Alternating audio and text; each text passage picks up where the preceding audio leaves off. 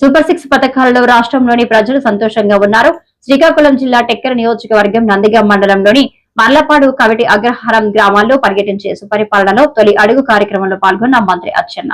ఇప్పుడు ఈ రాష్ట్రంలో ఉండడానికి అర్హత లేదని ఈ సందర్భంగా తెలియజేస్తున్నాను.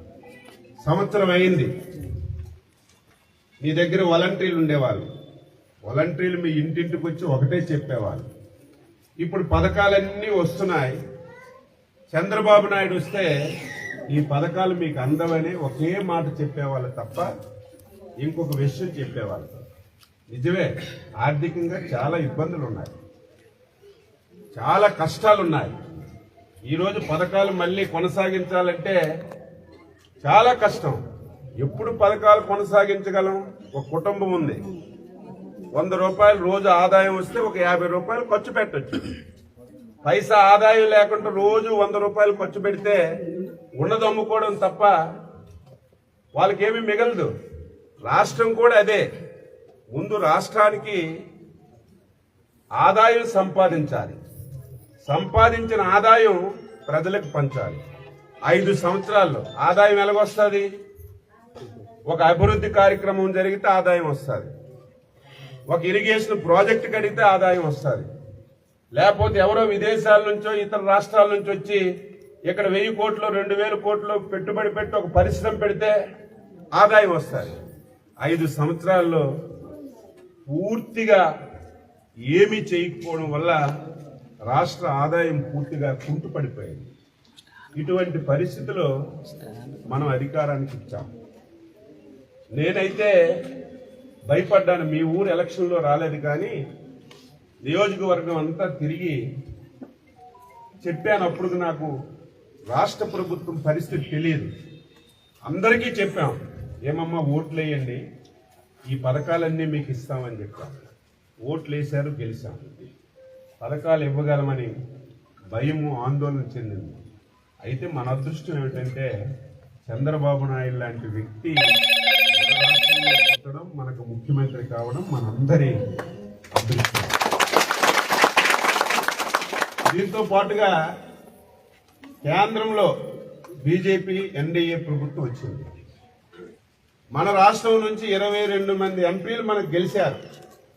ఎప్పుడైతే 22 మంది ఎంపీలు గెలిచారో కేంద్రంలో ఉన్నటువంటి ఎన్డీఏ ప్రభుత్వం, మోడీ గారు మన మీద అభిమానం పెరిగింది.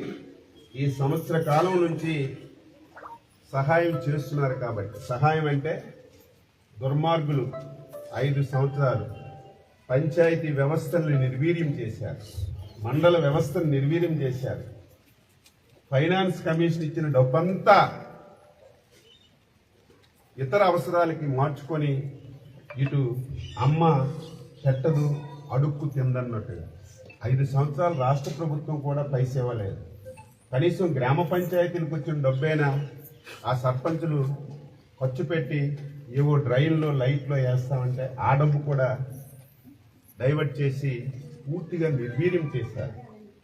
మనం వచ్చిన తర్వాత 4000 కోట్ల రూపాయలు పంచాయతీలకు ఇచ్చాం. ఈరోజు మన రాష్ట్రంలో జరుగుతున్నటువంటి పథకాలు కేంద్ర ప్రభుత్వం సహకారంతో నడుపుతున్నటువంటి పథకాలే. 5 సంవత్సరాలు కేంద్ర ప్రభుత్వం ఒక పథకానికి ఒక డబ్బు ఇస్తే దానికి 40% రాష్ట్ర ప్రభుత్వం ఇవ్వాలి. ఆ 40% ఇవ్వలేదు. కేంద్రం ఇచ్చిన 60% వేరే దానికి మార్చేసి ఒక్క పథకం అంటే ఒకటి ఈ రాష్ట్రంలో అమలు జరగలేదు. మళ్ళీ రాష్ట్రంలో 9000 కోట్లు 40% కట్టాం. వాళ్ళు ఇచ్చిన 60% కూడా మనమే కట్టి మళ్ళీ 89 పథకాలు పునఃప్రారంభించాం. 9000 కోట్లకు వచ్చాయి. ఇప్పుడు అన్నీ వస్తున్నాయి. ఇప్పుడు వ్యవసాయం చేస్తే వ్యవసాయానికి యాంత్రీకరణ పరికరాలన్నీ వస్తున్నాయి. 5 సంవత్సరాలు మీకు ఎవరైనా ఇచ్చారా? ఈరోజు మనం వచ్చాం, స్ప్రింక్లర్లు ఇస్తున్నాం, డ్రిప్ ఇస్తున్నాం, ఎవరైనా మందు కొట్టుకోవాలంటే స్ప్రేయర్లు ఇస్తున్నాం.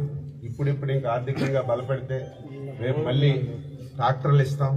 ఇవన్నీ మళ్ళీ ప్రారంభించాం. ఈ రకంగా ఇబ్బందులన్నీ కూడా అధిగమించి కార్యకర్తలు ఇంటింటికి వచ్చారు. ఏమమ్మా మీరు ఓట్లు వేయండి సంక్షేమ పథకాలు ఇస్తామని ఇచ్చిన మాట ప్రకారం ఆ రోజు 200 రూపాయలు ఉన్న పింఛను 200 ఉండేది పింఛను చంద్రబాబు నాయుడు 2000 చేశాడు. 2019లో జగన్ వచ్చిన తర్వాత 3000 చేస్తామన్నాడు. 3000 ఎప్పుడు చేశాడు? మళ్ళీ ఎలక్షన్కి 10 రోజుల ముందు 3000 చేసి ముసలి వాళ్ళకి ఇచ్చారు. మనం చెప్తే వినలేదు. మేము 3000 కాదమ్మా 4000 ఇస్తాం. ఆ 4000 కూడా చివరి సంవత్సరం కాదు, ప్రభుత్వం రాకంటే 3 మాసాల ముందే మీకు ఇస్తాం. ఆ ఎరియర్స్తో సహా మీకు డబ్బులు ఇస్తామంటే కొంతమంది నమ్మారు, కొంతమంది నమ్మలేదు. ఇచ్చిన మాట ప్రకారం 3000 పెన్షన్ 4000 చేస్తాం. అందులో వికలాంగులైతే పసుపు జెండాకు మర్చిపోకూడదు. వికలాంగులకి దీపం పెట్టిన వ్యక్తి చంద్రబాబు నాయుడు.